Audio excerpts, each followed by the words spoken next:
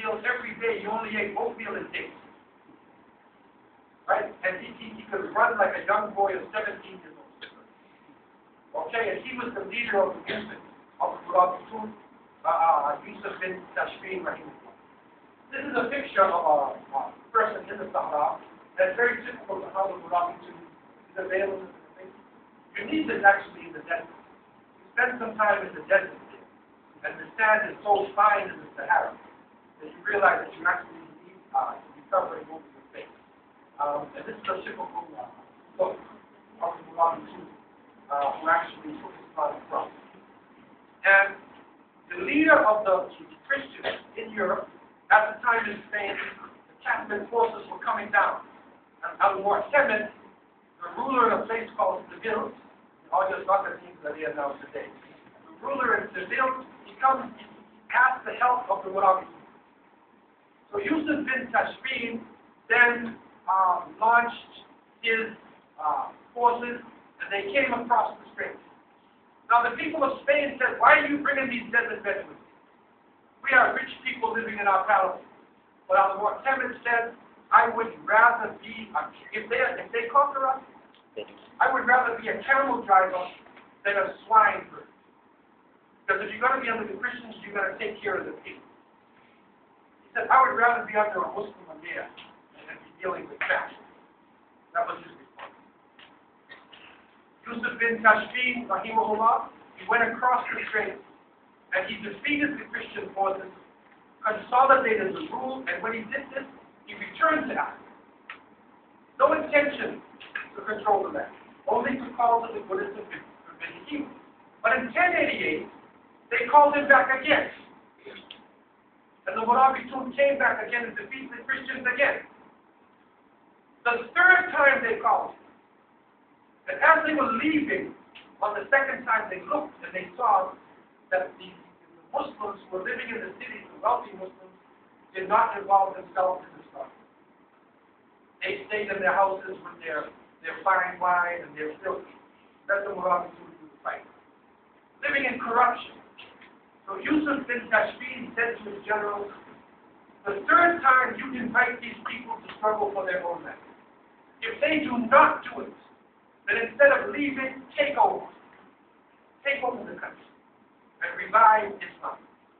And so, sure enough, they did not do it, and the Murabitun took over Spain, Andalusia, and they revived Islam, and Islam came back up again.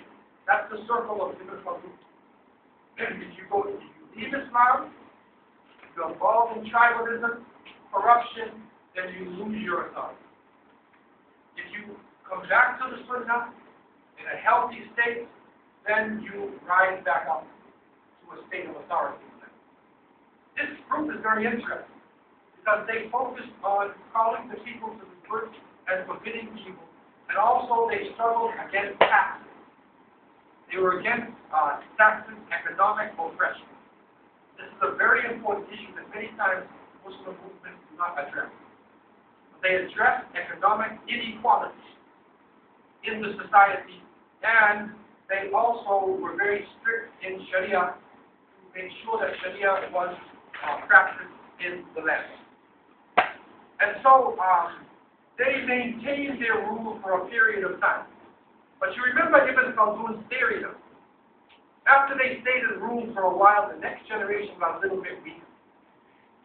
The third generation, who was in authority, and they're living in Spain again, and when you live in this country, you have everything there, the dunya is there, life of this world. And then they became corrupted themselves. And so Allah purified them with another movement. This one in 1121 was called Al-Muwahhidun, people of Tawheed. They focused on the belief in one God. Now this is part of a building that was built by the Muwahhidun. This is in Marrakech. And you can see here that this is actually small stuff. You know, this is a man-made lake. Because what they had to do for the desert Bedouins, before they went to the Mediterranean, they had to teach them how to swim. Because they never saw water in a large amount.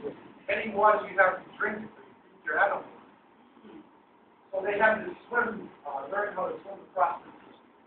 They taught them how to swim, how to adjust it to water. And they used the same water to irrigate their crops. And then they would send them north, and then they go across, and they purify the Muslims again. And Islam came back. And then their leader, Ibn Tumam, he died in the 1130s. He was succeeded by Abdul Mu'min Ibn Ali. And these are some of the famous people who belong to me. So this is what we call the Tajdeed. This is the revival of Islam. This is how the history of Spain actually went.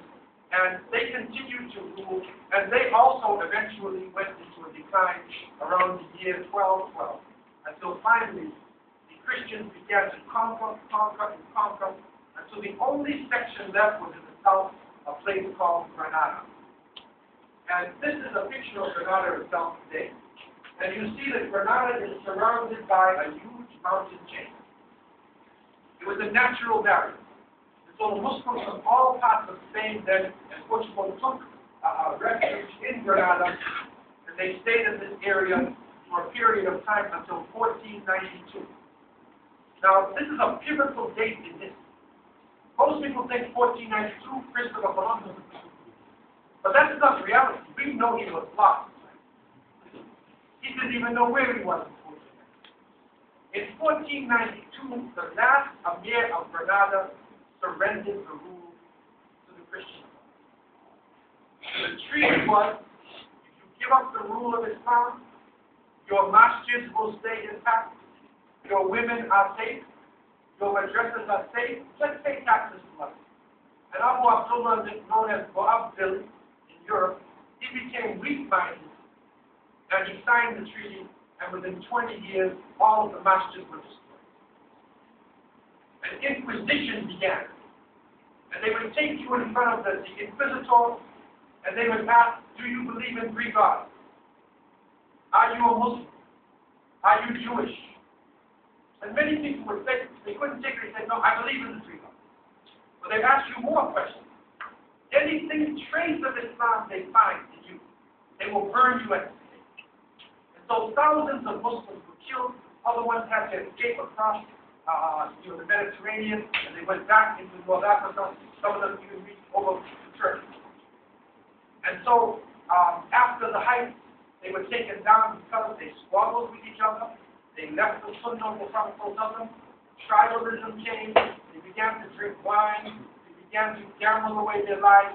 And when this happened, authority was taken away from them in the land up until the night. And it is reported after 1492, when the Muslims were living under the Christian rule, it became so difficult that if you said you were a Christian and you had a Muslim background, they call you Morescos.